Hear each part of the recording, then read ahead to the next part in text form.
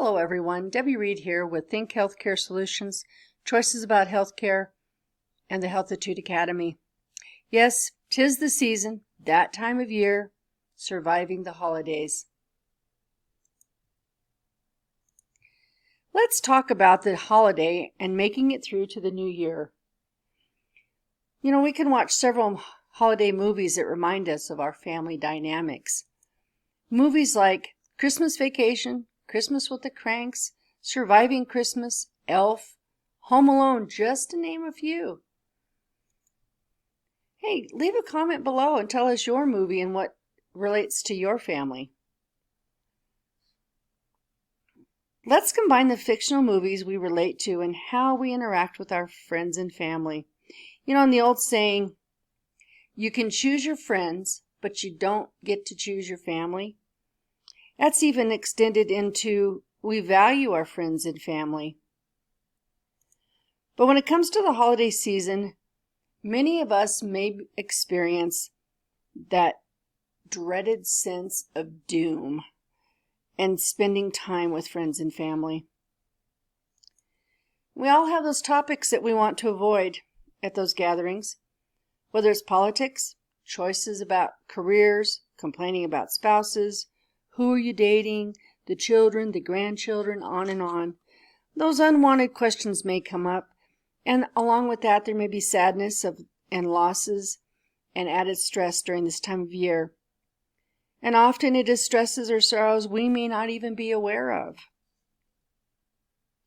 We value and love our friends and family, but getting together as a large group has its challenges. Like waiting for the fireworks to go off, we sit at the table just waiting for those topics to come up and the sparks fly. We've all been there. Those special holiday gatherings that drag on, instead of the joy and the chance to gather with family and friends, spending that quality time with those we love. Let's discover how we can get through the holidays without falling out of love with our loved ones. So let's lay out some ground rules to keep everyone merry. Rule 1. Avoid certain unsavory topics. No politics. While everyone is passionate, everyone is rarely on the same page. And we have plenty of other opportunities to have those discussions, just not today.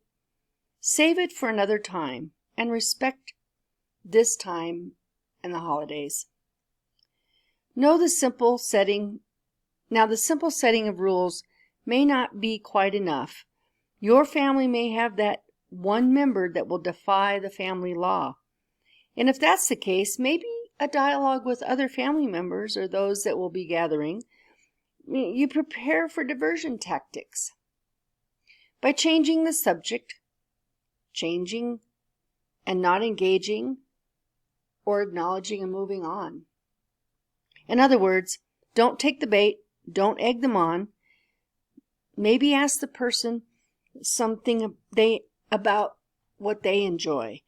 And if it's only politics, you have a big challenge on your hands. But no matter what, just try and move on and make it work. Rule 2. Share the load. Getting organized. Sharing the load at the holidays that's already stressful. The cooking, the cleaning, the organizing. Sharing that load can often make things easier. Even if you have that one point person that tends to hold the reins every time. Just letting them know that you're available to help can do volumes for their morale and their stress level.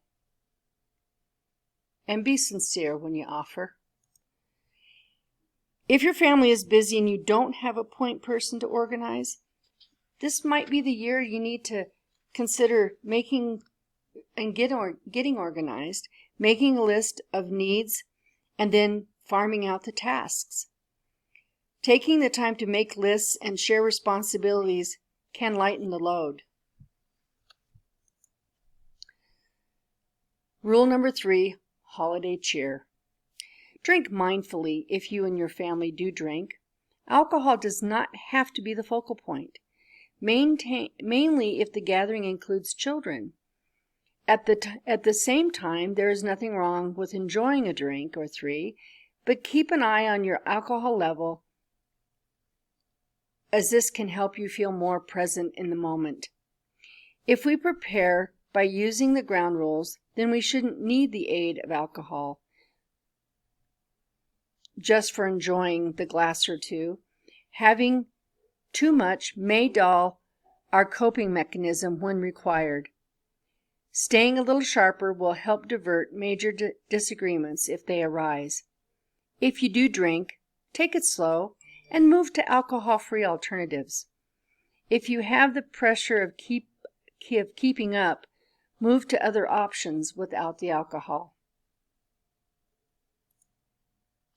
Rule 4, don't get snippy. Ground rule topics established.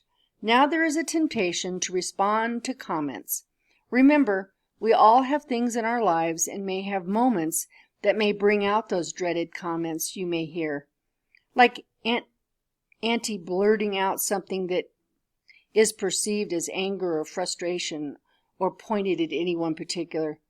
May I remind us all that no matter how festive the occasion, try to use empathy. Don't take things personally and just move on. Many times we lash out at comments. Often we escalate encounters based on misunderstandings and take things too personally. Remember, many of us try to put our game faces on and try to muddle through. Consider how you respond when you hear something you want to answer to. Sometimes it is best not to say anything and just let it go. In other words, let's not get snippy. Show more compassion. Avoid arguing points. Be more tolerant. Avoid criticizing. Avoid disagreeing.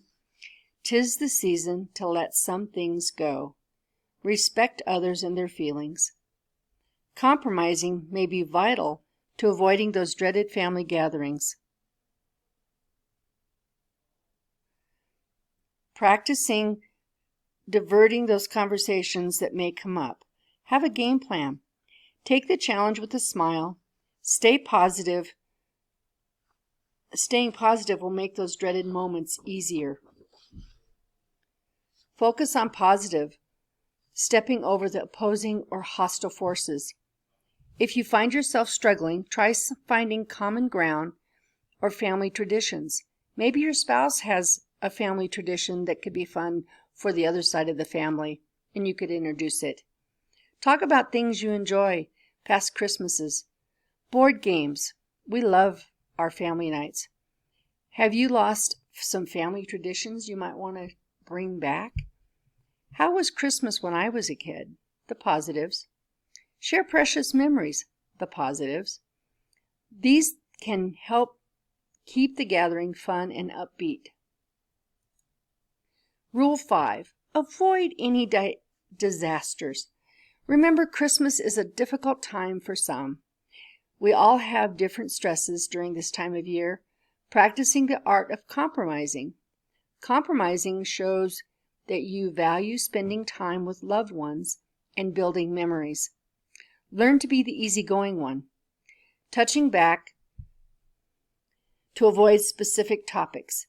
Gently steering the discussion in other directions is a healthier approach to a vocal fight breaking out.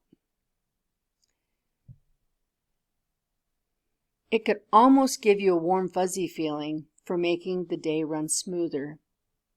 By focusing on the positives, we can divert the negatives. Suppose you are personally struggling through this time of year. Then I refer you to the topics and activities in Rule 4. Rule 6. Getting out. If sitting and watching the football game or watching the Muppet Christmas Carol leaves you with a feeling of exhaustion, consider these options. Maybe others need a diversion as well. Politely check and see if others may want to take a walk, or perhaps a few of you may want to engage in a game in another room. Removing yourself from the situation can energize you and prepare you for the rest of the day. Be courteous and kind when you excuse yourself. No sense sitting there and being miserable. Go do something, whether it's a walk. Maybe if you're at your home, you can go take your pet for a walk. Maybe take some of the kids out, do snow angels or whatever, and just kind of do a diversion off the norm and come back to center. Rule 7. Take time for yourself. While this rule may seem odd, remember to treat yourself with kindness and compassion as well. This rule is particularly close to our team's hearts. We work with clients all year on the art of self-care. Self-care tips on mental wellness are a great place to start.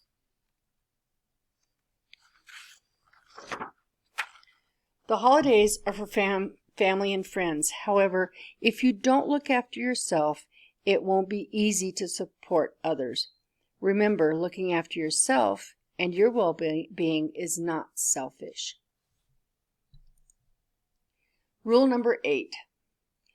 By example. Lead the conversation. Be prepared.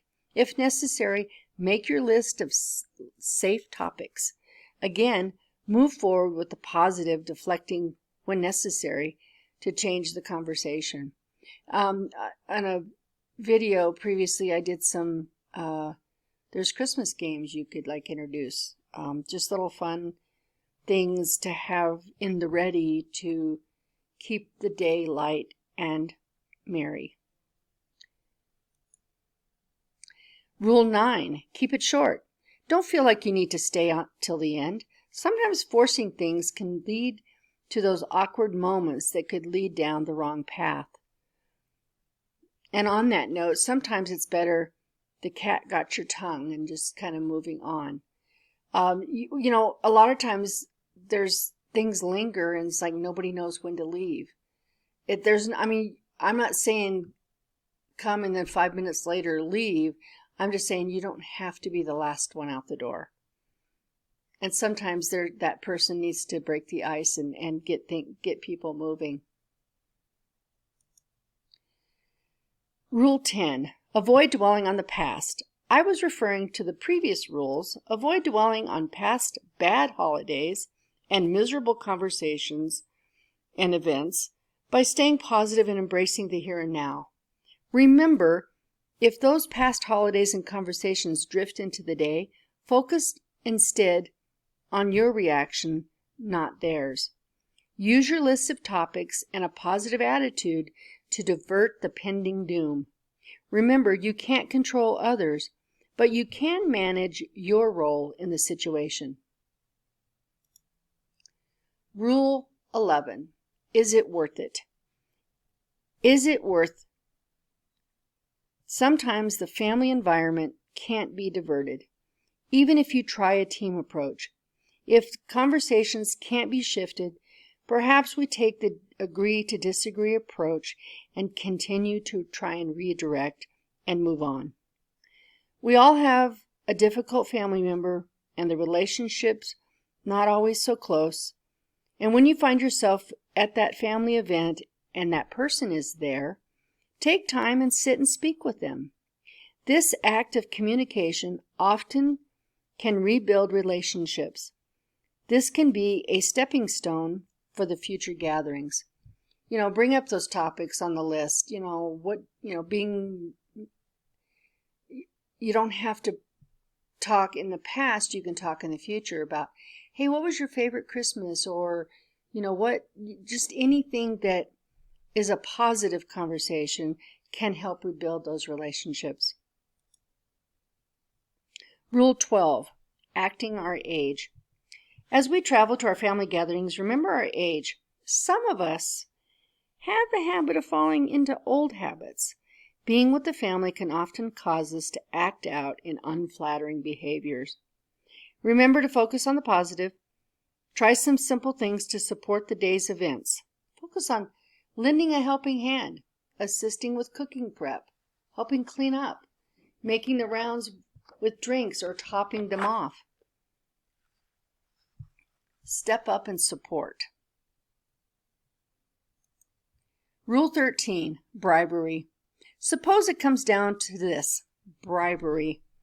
If you must endure the underwhelming family gathering, bribe yourself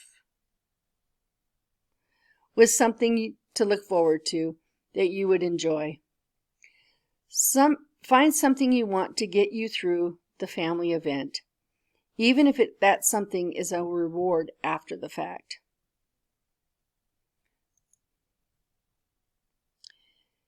Rule 14, know your limits. Know your limits. This time of year already has challenges.